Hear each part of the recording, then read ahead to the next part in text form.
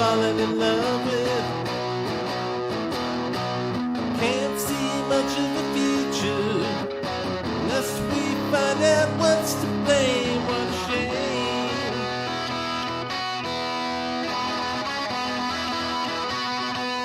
Won't be together much longer unless we realize that we are the same.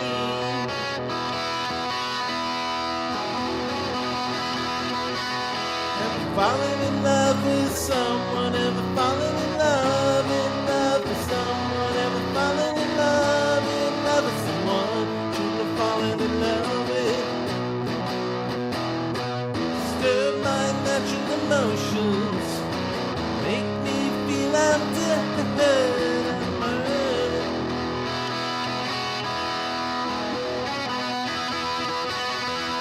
If I start a commotion, only end up losing you, and it's worse. Ever fallen in love with someone? Ever fallen in love with someone? Ever fallen in love with someone you shouldn't have fallen in love with?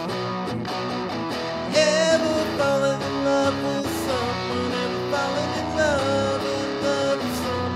Ever fallen in love with someone you shouldn't have fallen in love with?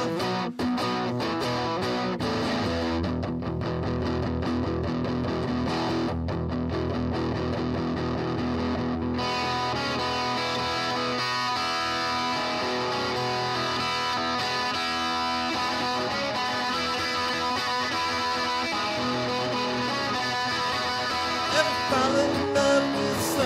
Ever fallen in love with someone? Ever fallen in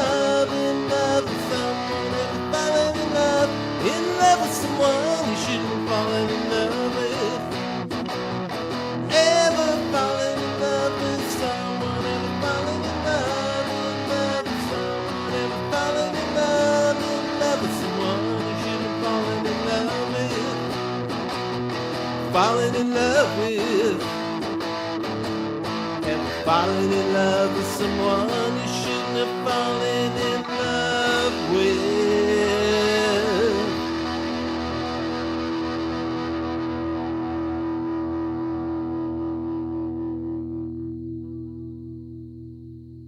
This is Singles Going Steady, the podcast dedicated to exploring great singles with a particular eye to the punk, new wave, and DIY eras of the last century. I'm Steve McGowan. And I'm Adrienne Meddock. And today we have a special podcast where we're going to be remembering Pete Shelley of the Buzzcocks, who sadly left us in December 6th of 2018. And somebody certainly very meaningful figure here at the podcast and to us in the Beef People and to us individually. Yes, we obviously we named our podcast after a Buzzcocks record, Singles Going Steady, and he was a gigantic inspiration to both Adrienne and I, and the music that he wrote and recorded, mostly with the Buzzcocks, but some of his solo work is what we're going to discuss today, and some of the reasons why we will miss him so much. So let's get started. We had already talked about the very first Buzzcocks release in our very first episode, 001. We talked about Spiral Scratch, and when Peter was with Howard Devoto. The kind of golden period of the Buzzcocks was the next three records after Devoto left to form Magazine, and we're each going to talk about a single. And the one that I think Adrienne wants to discuss is... I was going to talk about yours. Love You More, I believe, is the one I selected. And the reason I'm having trouble is because they're all wonderful and you really can't go wrong. But I selected Love You More and Noise and Noise because they were both Shelley penned. Both sides were written by Pete. Right. And there's not a bad Buzzcocks record, but this is certainly... extremely high quality songs on both sides. Yeah, why don't we go ahead and listen to Love You More right now, okay? Yes. Pete Shelley, the Buzzcocks, and I Love You More from 1978. I'm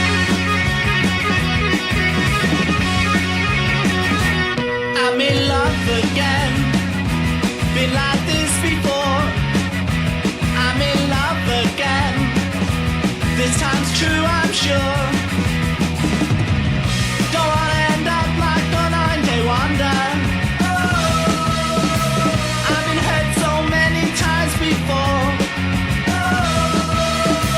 So my darling, I will never leave you. It's in my blood to always love you more. Love you more. It's my heart again that drives me so wild. I just can't explain, although I'm not a child. So why would I cry if you ever left me? Maybe 'cause you're all I'm living for. With every heartbeat I want you madly. It's in my blood to always love you more. Love you more. Oh my love again. What I say is true, though it may sound plain. I love you. Enemies want to read the life can offer. And if this isn't true love, then I am sure. I think part of the genius of the lyrics there are, they're directed at the object. Yes. And that object is never identified by gender. And you can certainly see yourself easily stepping into the shoes of the singer. Right. It's a universal song for anyone Yeah. who ever had feelings for anyone. Right. It's not it's you. I love you. It's not I love her or I love him or Her I hair's love pretty or I love it or whatever. Yeah. It's you. It's very universal, and this is something that Pete Shelley was extremely good at, and to me that makes his songs even more interesting and timeless.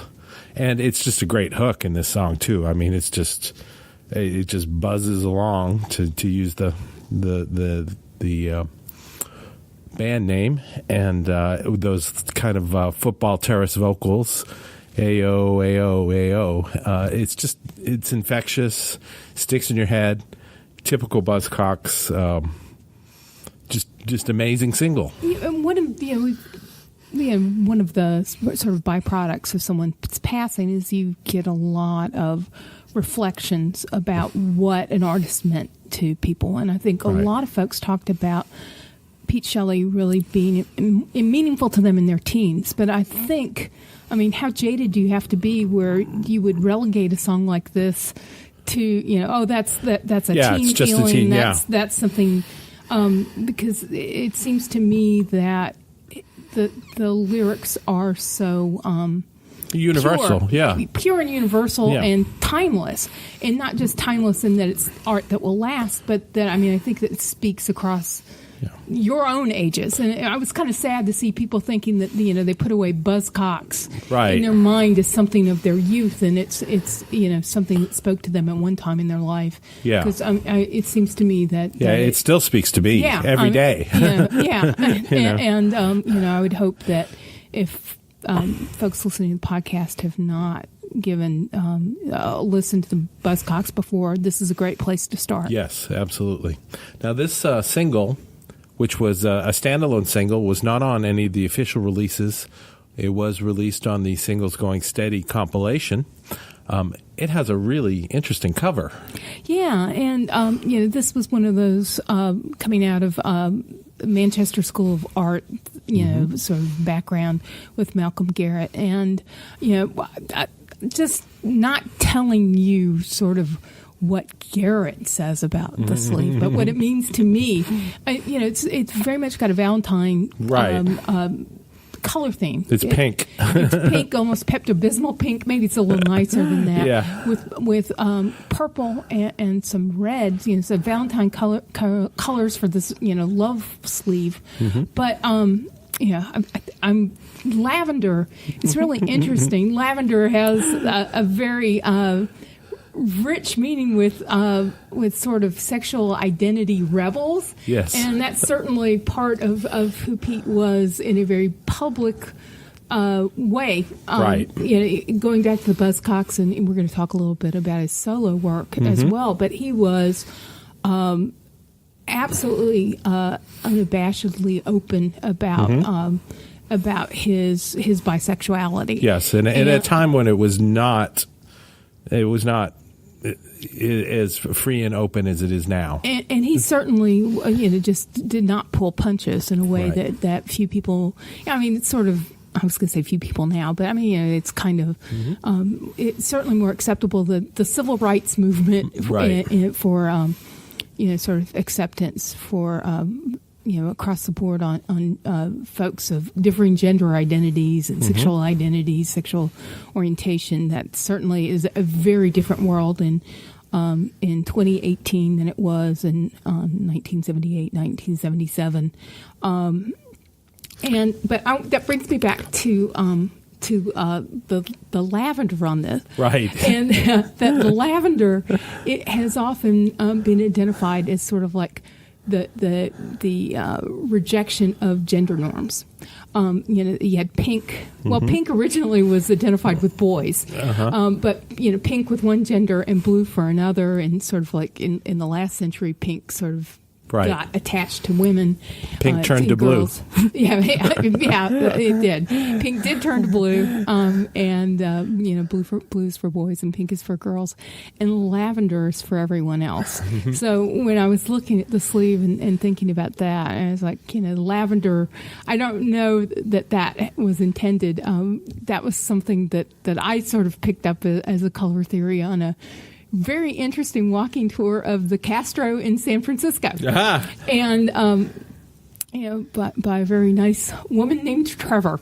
And you may be familiar with her if you've seen any of Michael Palin's tours. I know he's done Pole to Pole, and he took the tour and filmed it. So if you watch PBS and Palin, you may have seen her. Michael Palin from Monty Python. Yeah, but for her, lavender as a badge of difference, as a rejection of sort of the polar gender identities and sexual neither A nor B. That there's another option, Right. and you can opt out of that sort of binary restriction. And the cool thing about the cover too is it's like a top view of basically like cubicles that look like a maze, like a rat in a maze. Yes, yeah. So you put lavender in there as well. You're breaking out of the maze. Yeah, the maze of love. So that's my personal interpretation for my sophomore art history paper that never is written. All right. So, a lot to unpack there with this one single, Pete Shelley, Love You More. And the B-side is just a great... it's just a great song, and it's called Noise and Noise. Pretty girls, pretty boys, have you ever heard your mother scream, noise and noise? Yeah, and certainly he's not hiding his audience. That hey, pretty girls, pretty boys.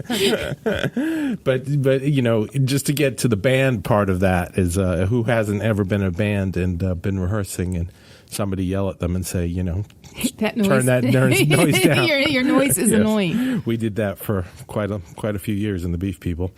And it, the song it has got the precision, the stop and go, and certainly the really weird kind of can-like intro where it starts and it almost stops. It's musically very complex. Well, let's listen to it. Let's listen to the B-side, Noise and Noise, 1978. The B-side of Love You More. This is the Buzzcocks, written by Peter Shelley.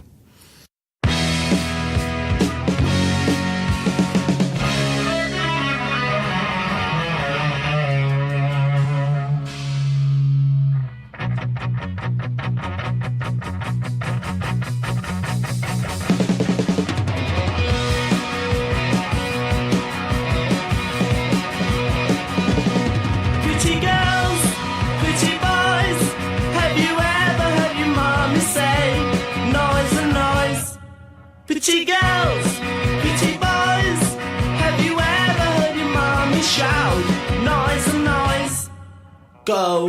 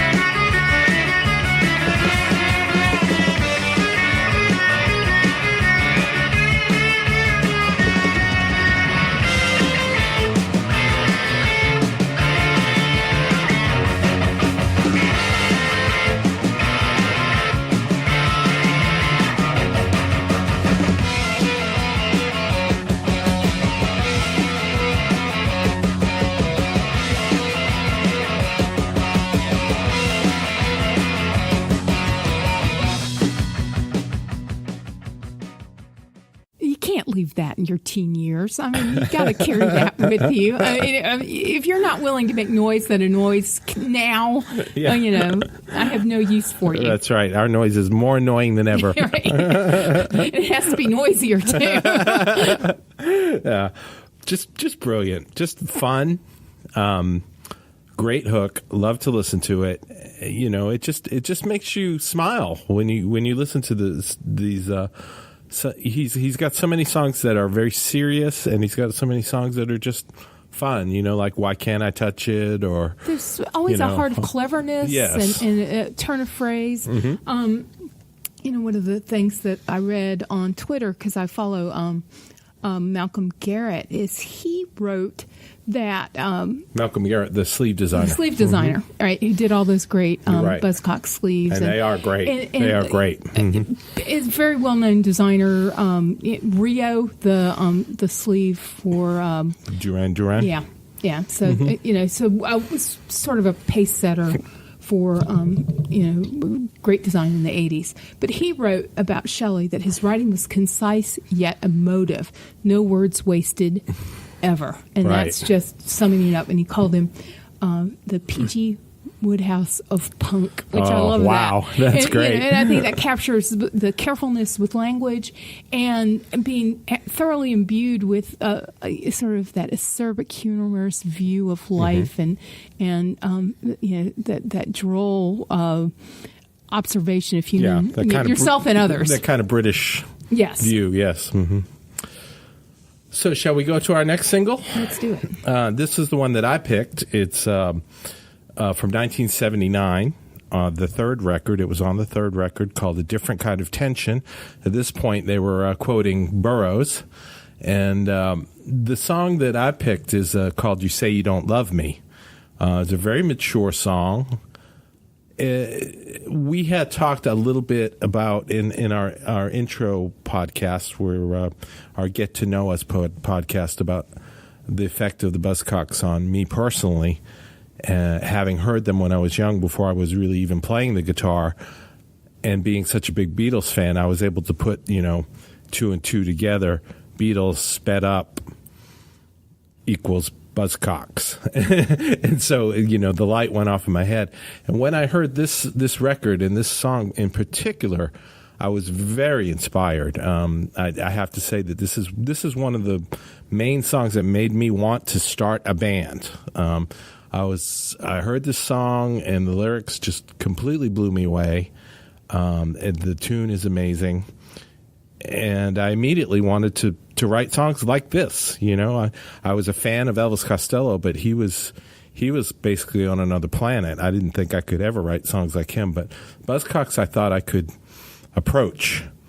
So they were a huge influence, you know, as far as me wanting to become a musician and to write songs.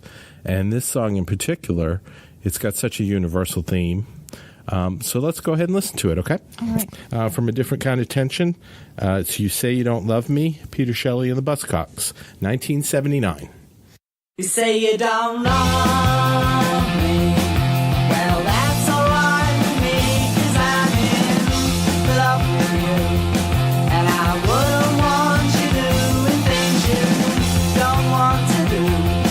Oh, you know I've always wanted you to be in love with me. And it took so long to realize the way things had to be.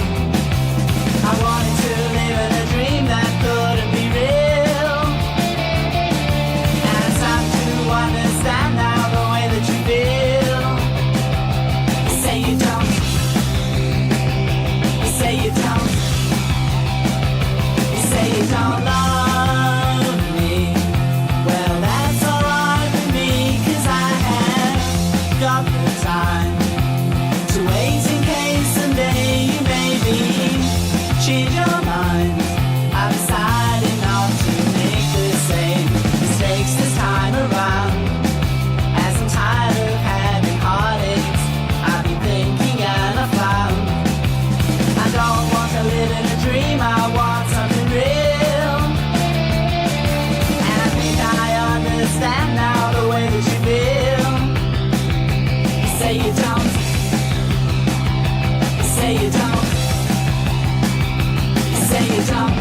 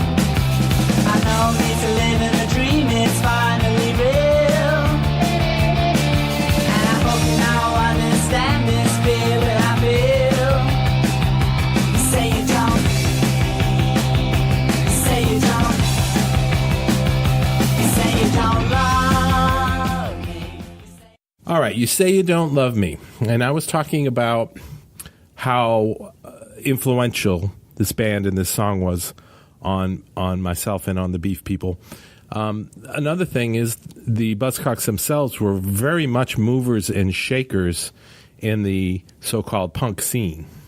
They went to London very early on, Devoto and Shelley, and they saw the Sex Pistols in 1976, and they arranged for the Sex Pistols to come and play in Manchester, where they're from, in the north of England. And they were going to open for them, but they didn't quite have their band together yet. So the Buzzcocks didn't get to open. But that was the legendary Free Trade Hall gig, where everybody who became a band in Manchester was at. There was only supposedly 40 or 50 people at the Sex Pistols show, but the guys from Joy Division were there, the Buzzcocks, Magazine, The Fall, all the Factory Records people, and they organized it. This is something that Adrienne and I can certainly... on our scale. Right, because we did very much the same thing while we were booking bands, organizing shows. One thing I read with Shelley was when he talked about punk music, he thought of it as music of action, not so much art or so much entertainers. He yeah, said, right. he could appreciate what entertainers Right. do, but that's not what he is. Exactly.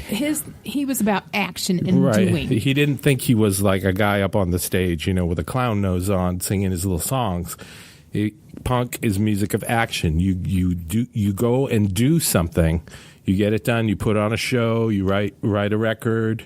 You play. And I think it's about belief and integrity. Mm-hmm. Right. That this is me, and this is what Right. I think and how I feel, and Right. and this is important to me. Right. And, as far as instead of me just slipping on a banana peel and making here's you laugh. here's Right. a little something fun for the punters. Right, exactly.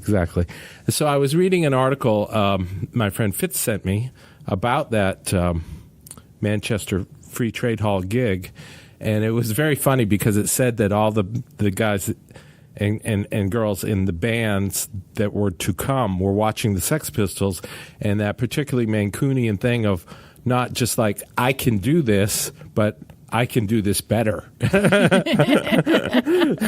And, in many ways they did, especially the Buzzcocks did. And, Oh, yeah. I mean, I don't think anybody's comparing the Sex Pistols to Woodhouse or any of Right, the classics right. of English literature. Sure. They definitely lit the fuse, and they have Right. their place, And but they were bomb throwers, too, Right. as well. They lit Yeah. the Right, fuse, right. and then they Yeah. threw themselves. Exactly.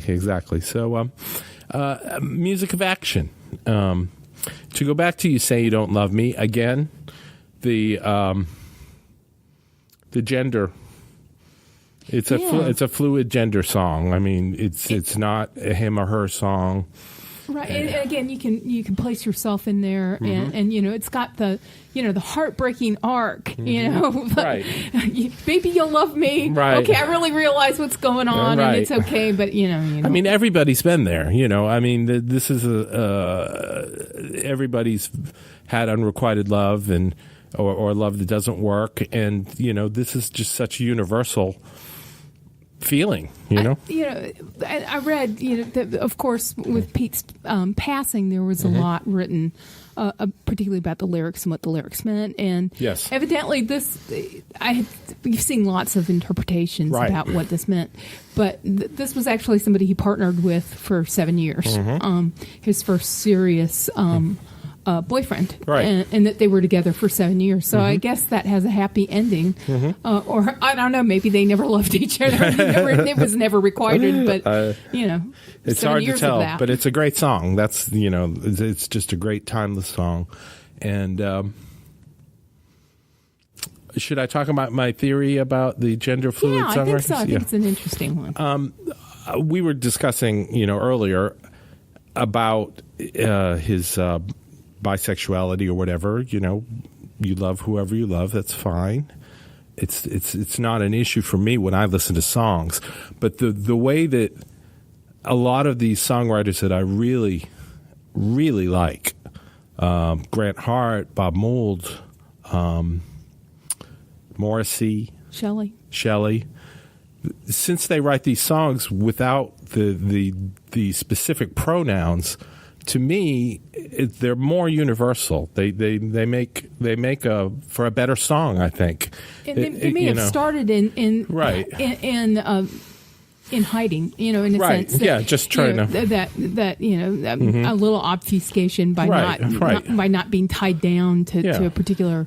But it's gender good. of the It's object. good sometimes not to spell everything out for people. Well, everybody puts themselves in the place, right. So that's my little sort of theory that those writers, I think, are able to convey emotions and ideas sometimes much clearer and more, in a way that you can understand them better than your typical Moon June, his, her, boy girl sort of things. Well, probably the struggle. How do I write about these things? Right. And makes you really think about it more. Yeah, and the the purity of the feeling and sort of you've got that added layer of you don't always know if the object of your affection will return it. Exactly. I mean, that's true no matter what. No matter what. Is, right. But, Yeah. Even more so if Yes. as a young gay person, not knowing, if your affection will be returned or reviled, and in a very imperiling way. Yes. All right. So, you say you don't love me. Again, just one of one of my top songs ever. The B-side is called Raison d'être. It's on A Different Kind of Tension. Again, another song that's pretty mature and interesting. I'm not even sure I know what it's all about. What is the raison d'etre of this song? Exactly. So, but it's a great song, and let's listen to it right now. Peter Shelley, The Buzzcocks, Raison d'etre from 1979.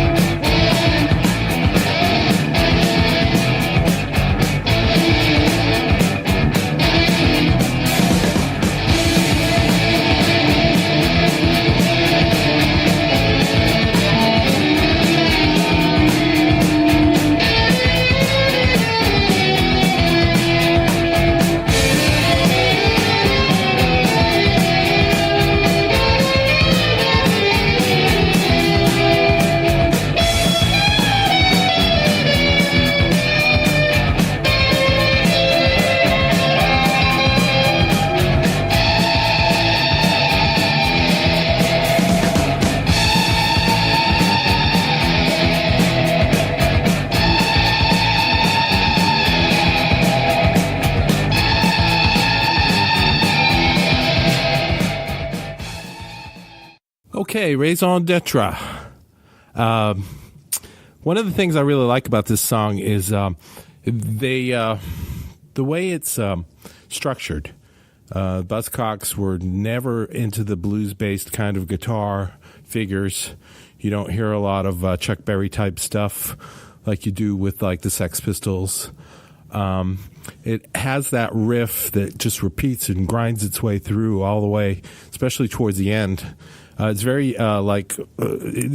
Shelley was very influenced by krautrock, specifically the band Can, and how they would use, moving musical. There'd be motifs moving across the same set of chords over and over. And that's how they did this one. And the rhythm section, the Buzzcocks rhythm section, is just second to none, the drumming and the bass playing. So he had a great band. There's no doubt about that. We had talked about, again, what a great influence they were to us, to our band, the Beef People. We had done the song Boredom. I think we played a clip in yes, it maybe in the first episode. Yes, and once we got Ken, our keyboard player, to teach me some of the minor chords in "You Say You Don't Love Me," we covered that. It was a little beyond my knowledge, but of course, Ken figured it out. And we're going to play you a little bit of us doing the V People doing "You Say You Don't Love Me," lovingly recreated. We hope. So here we are. It was meant with love. Yes, here's the Beef People. Say You Don't Love Me. You say you don't love me. Well, that's alright. Since I'm in love with you, and I wouldn't want you to do the things you don't want to do. Or do if I would want you to end up with me. It hurts so long to realize what they said to be. Wanted to live in a dream that couldn't be real. If you understand this feeling I feel, say you don't, say you don't, say you don't love me. Well, that's alright with me, 'cause I haven't got the time. Waiting days someday, maybe change your mind. I decided not to make the same mistake this time around. I'm tired of having heartaches and thinking I found. Don't wanna live in a dream, I wanna be real. Hope you understand this feeling I feel. Say you don't, say you don't, say you don't.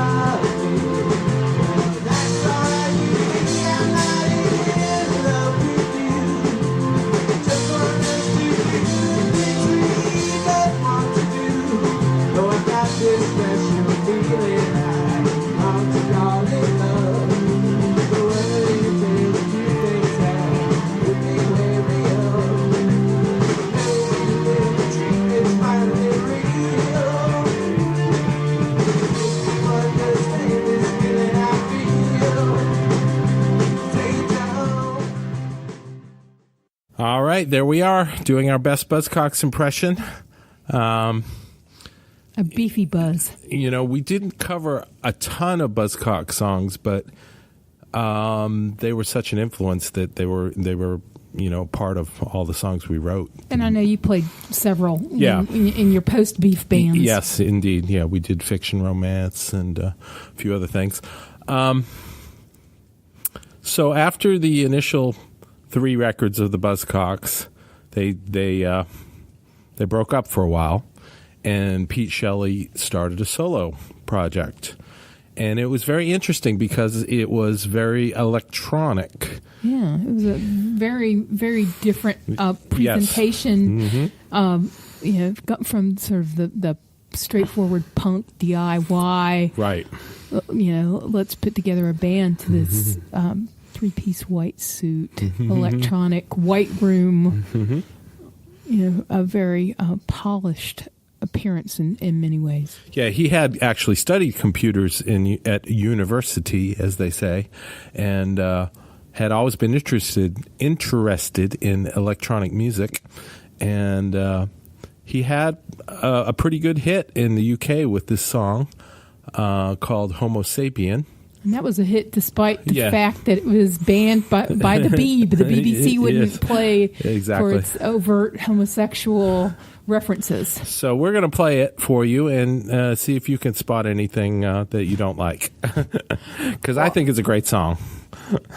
It is. Yes, it is. So here's Pete Shelley, Homo Sapien, his from the album of the same name, his solo work. Here we go.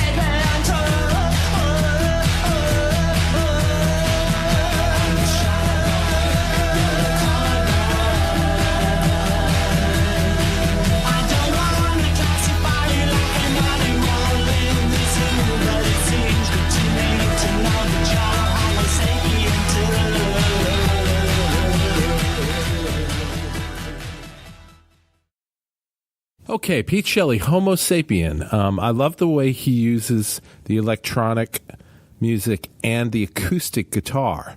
You can definitely hear an acoustic in there. It kind of warms it up and makes it human.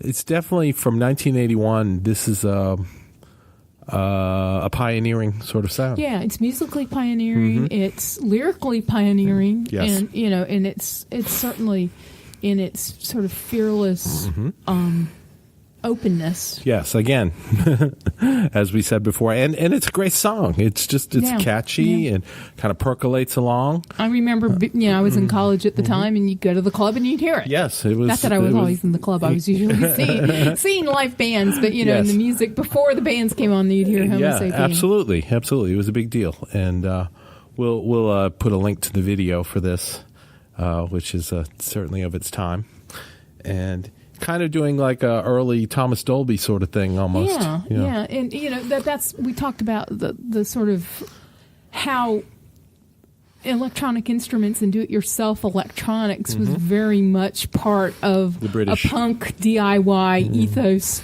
in Britain, and I think certainly that's carried through here. You see it with Shelley, and the sort of brazen.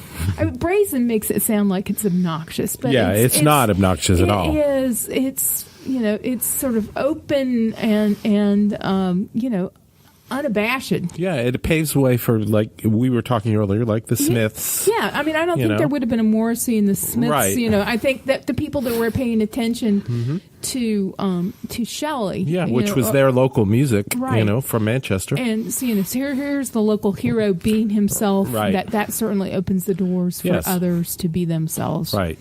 Exactly. So.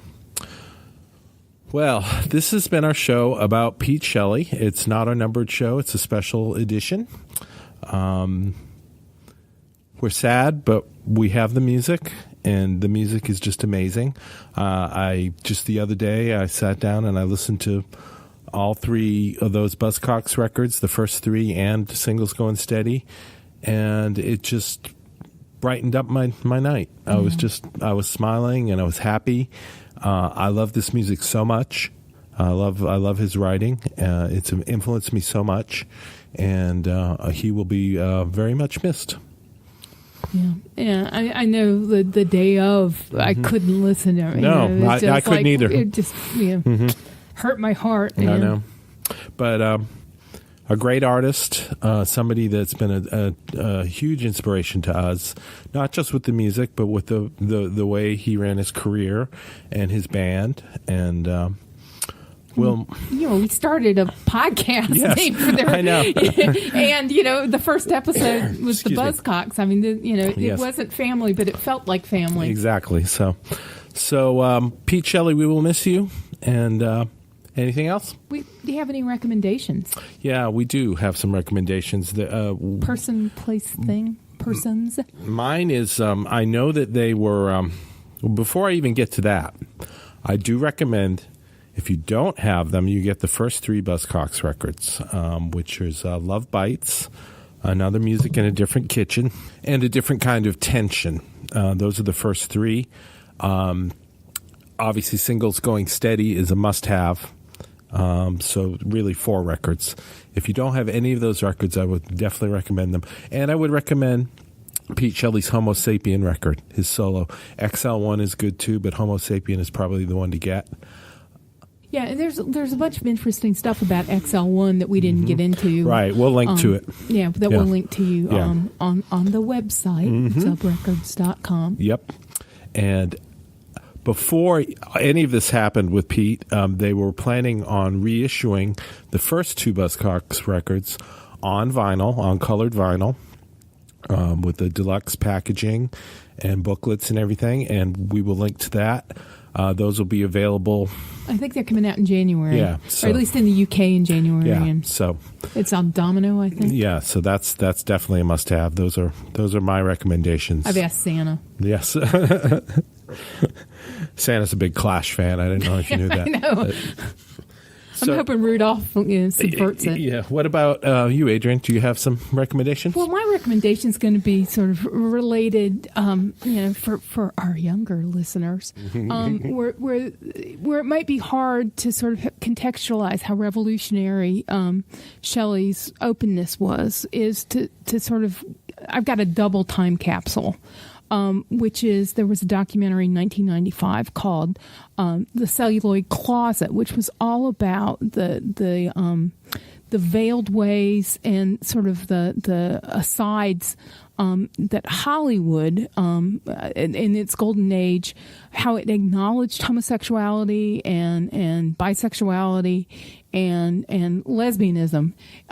It's a great movie. It's really fascinating and it's sad and crushing and sort of subversive at the same time.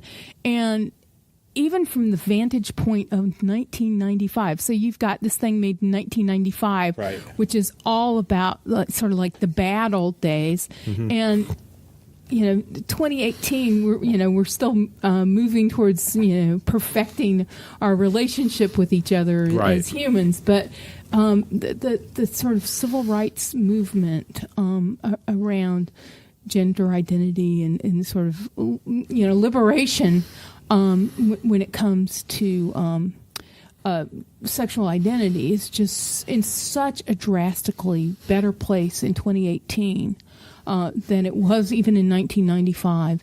So that's something I really recommend that everybody give a look at if you haven't seen it before, and if you have, revisit it and sort of see how far things have come. Okay, those are our recommendations. This is our special on Pete Shelley and the Buzzcocks, and we really appreciate you talking with us today. I'm Steve. I'm Adrienne. We'll miss you, Pete. Thank you so much. Goodbye.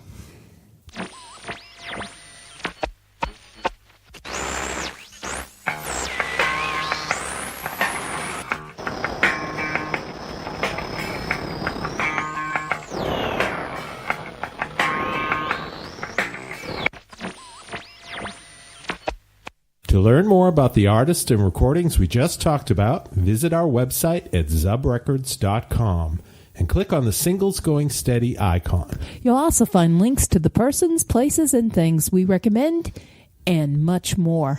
You can find episodes of Singles Going Steady on our website or wherever you get your favorite podcasts. Singles Going Steady is brought to you by the power and majesty of Zub Records. Zub Records. Smart sounds for sharp people.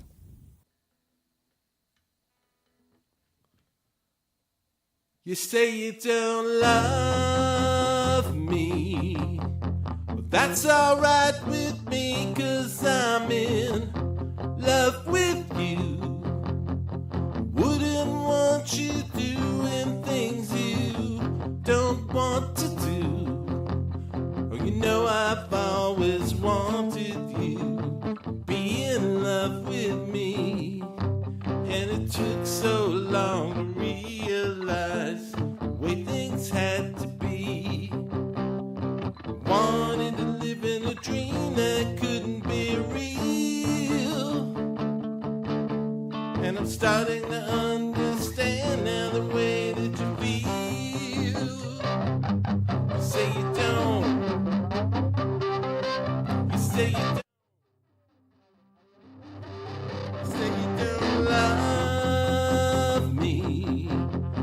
That's alright with me, 'cause I have got the time.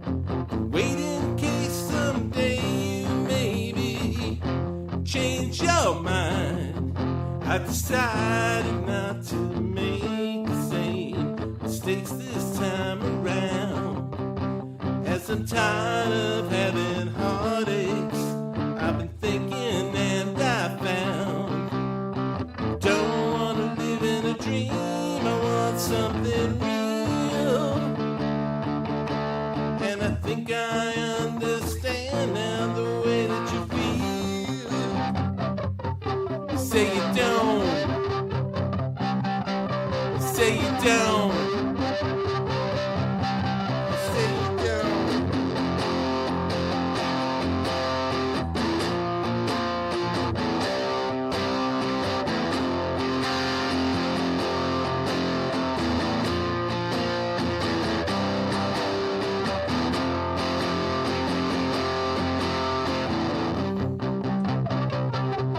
Say you don't. Say you don't. Say you don't love me. Well, that's alright with me. Not in love with you. Just want us to do the things we both want to do.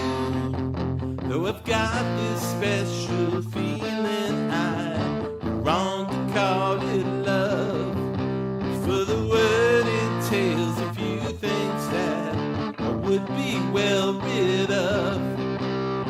No, I'm living a dream, it's finally real. And I hope you understand this